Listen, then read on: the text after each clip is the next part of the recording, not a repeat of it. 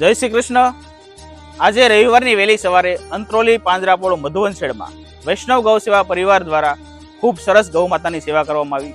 આજની સેવામાં એક ગાડી નિરણ ધ્રુવ પ્રવીણભાઈ ધામેલિયા તેમના જન્મદિવસ નિમિત્તે ગૌ માતાને અર્પણ કરવામાં આવે છે।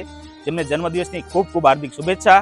તેમનું આવનારું જીવન સુખમય, શાંતિમય તેમજ સમૃદ્ધિમય રહે તેવી ગૌ માતાના ચરણોમાં પ્રાર્થના।